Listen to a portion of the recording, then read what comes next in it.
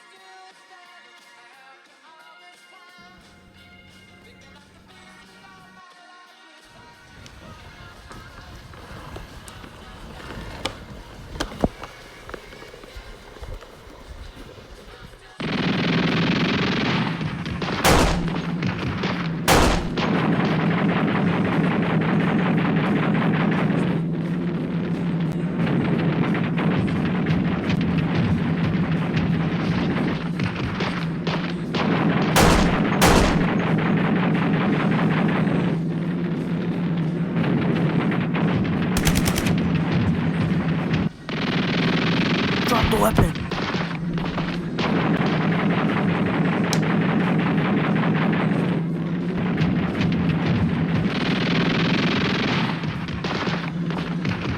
Tell me now, why did you do this? Why did you team up with the Littles?